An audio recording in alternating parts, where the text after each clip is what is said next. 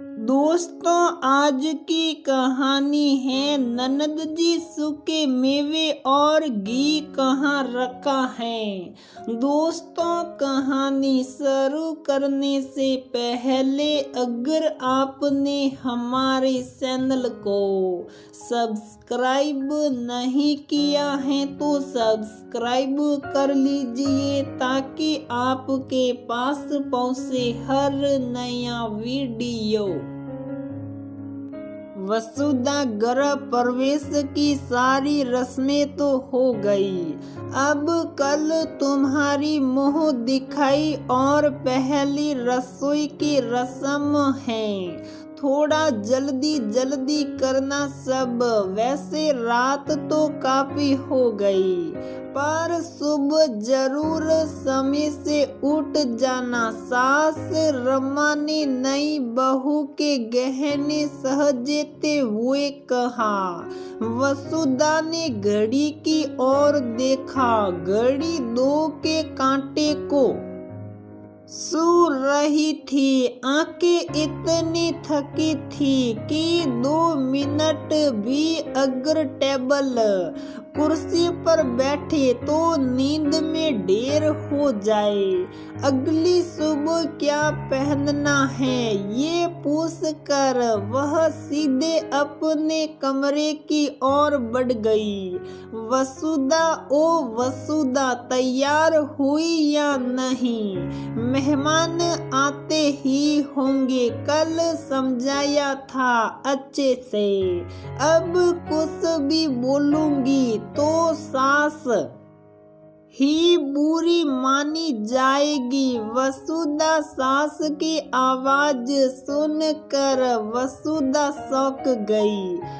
Oh no, इतनी देर हो गई उठने में। घड़ी का कांटा 10 को छू रहा था। नींद इतनी गहरी थी कि मोबाइल अलार्म बजा बजा कर थक कर बंद हो गया। प्रणाम मम्मी जी कहकर वसुधा सहमते हुए दरवाजे पर पहुंची। बेटा, कल समझाया तो था तुम्हें कि जल्दी उठकर तैयार होना है। अब 10 मिनट में जल्दी नीचे आओ। वसुधा जी गहने देकर चली गई। अब वसुधा की हालत खराब हो गई।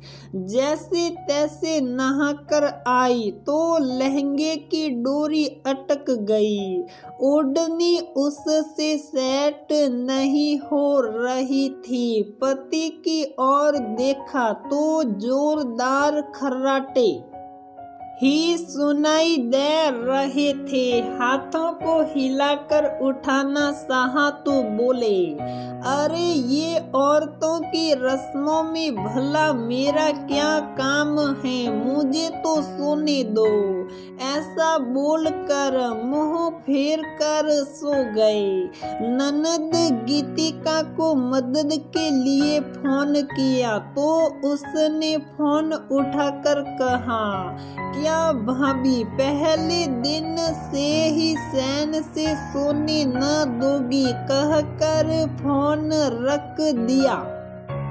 वसुधा को कुछ पुराना दृश्य याद आने लगा। फटाफट जैसे तैसे वो तैयार होकर मुंह दिखाई में पहुंची तो वहां की लेडीज लेट आने पर एक दूसरे से तंज कस रही थी।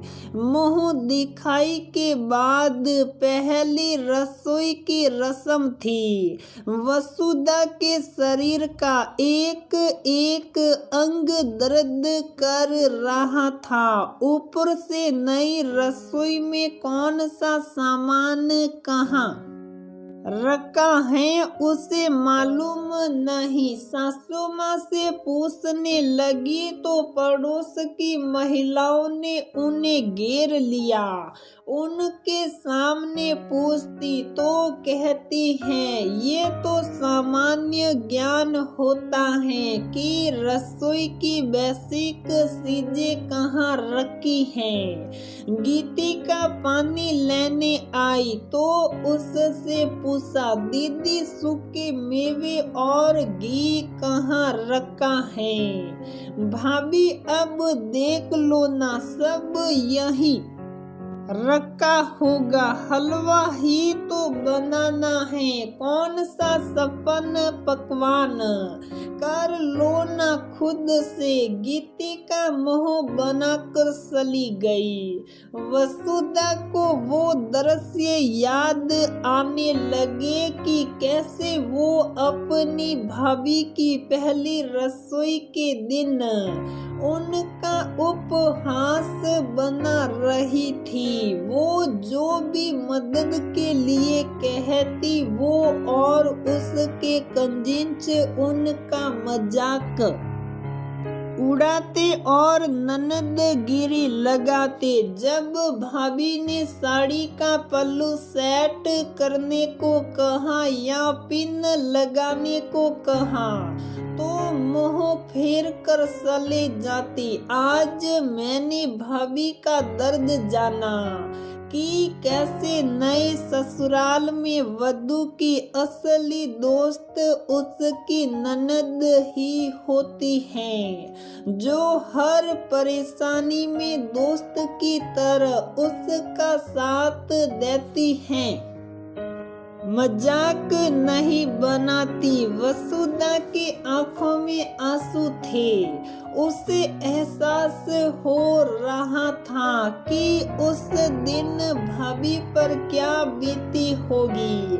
उसने एक मौका नहीं छोड़ा भाभी पर तंज कसने का, उनके साथ उपहास करने का।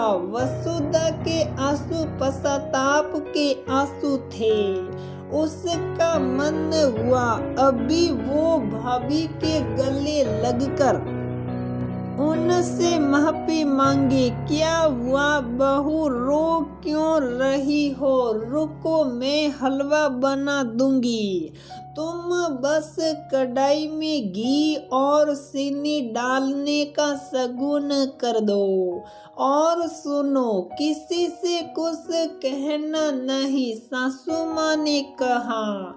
वसुधा सास के गले लग गई। सास का माँ की तरह भावनाओं को समझने के लिए उनके सीने से लिपट पड़ी। वसुधा की आंखों से आंसू निकलते रहे। वो इंतजार कर रही थी कब भाभी से गले लगकर वह उनसे माफी मांगे।